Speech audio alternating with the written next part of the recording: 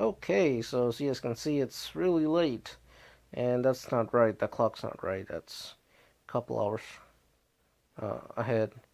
I just haven't reset it yet. But anyways, this quick video to let's see if I can focus it to Twiggy's video. Apparently, you're having some issues setting up the line, trying to make it stay still on a fast-moving river. So I found this picture online, and hopefully, it kind of helps you a little bit as to what I'm about to say. Um, so I don't use fishing lines.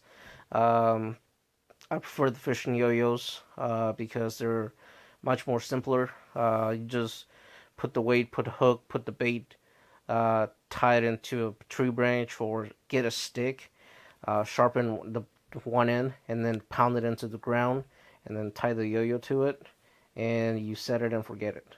And that's the whole point of the of my fishing kit, is just to set it and then just come back the next day or the next in a few hours, and then come back and check it and see if I caught anything.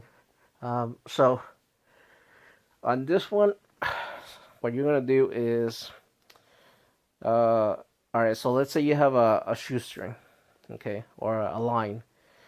At the very end, you're gonna put your weight, and then in the middle is gonna be your hook with the bait, and then at the top is gonna be your bobber. Now, the problem that I come across, when I'm doing this, is that weight has to be strong enough or heavy enough to sink to almost either to the bottom or close to the bottom, where it's going to hold that line, because again, you're going to have the current pushing that line, so you're going to have something heavy to hold that line still. So you might have to use more than one weight. The other thing you have to know is the depth of where you're going to throw it. So if you're going to throw it like in the middle of the river, it might be a little bit deeper, versus if you throw it just a few feet away from the shoreline, it might be 2 to 3 feet, versus 3 to 5 feet deep. It just depends on the river. So this right here, this line right here, might be about 2 feet or 3 feet. And then here you're gonna have your line where it has the hook, and again, this is gonna be free floating, so it's gonna be in the water, but it's just gonna be floating. And then you're gonna have your line going up to your box where you reel it in, and then you can put a bobber on top if you want to. Now with me, I like the idea of setting it and then just come back and then see if I caught anything. With the fishing yo-yos, and I posted a link to your to the comments below, or to your comments on that video. I think it was like fishing yo-yos don't suck part 2, something like that. That's where I caught the long nose gar. But anyways, with the fishing yo-yos that I've since I've had them, every time that I've set the fishing yo-yos, I have never not caught anything, which hopefully, I think that makes sense to me. So every time I set up the fishing yo-yos, I ended up buying I think it was a dozen of them, so 12.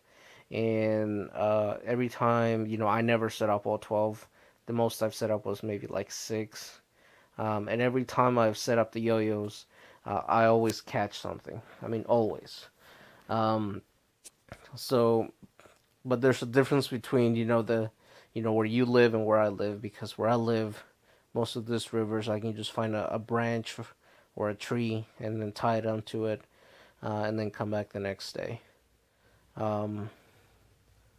Versus where you live, like on the video I was watching, this doesn't seem to be that many trees hovering or near that river. But again, one thing that I did is, again, get a stick it to the ground. That's my finger, so don't get any bad ideas. Stick it to the ground, tie the yo-yo to the top of it, and then toss the line over in the river or the lake or whatever. And again, you got some heavy weights here. to hold the line underneath the water, against the current, and then you're gonna have a free floating hook with the bait on it. Um, and then the other thing you're gonna come across is that some of the like the bluegills, the tiny ones that are just like babies, they will actually eat the worms, or the bait, whatever you put on there. I know that for a fact because I had a huge problem with it where I was trying to set up the fishing yo-yos, and these like they were like that big, uh, stupid little fish kept eating the fucking worm. Um, so what my brother told me is some pantyhose, and then just like tie it, like make a quick tie, like a little net, and then have the bait inside, like a little, like the worm, and that way the fucking fish don't nibble on the worm, because the more they nibble it, the more it's gonna like fall apart, and eventually it's gonna come off the hook. Um, so I don't know. You might want to try that too if you ever come across that problem. But yeah, this is what I've done. Get the get some weights, um, 2 to 3 feet on this line, and then tie your hook, and then put the bobber on top if you want to. Just enough weight to hold that line down. And again, you might want to give the fishing yo-yos a try, um, and see what you think. And keep up the videos, man. Really like your channel.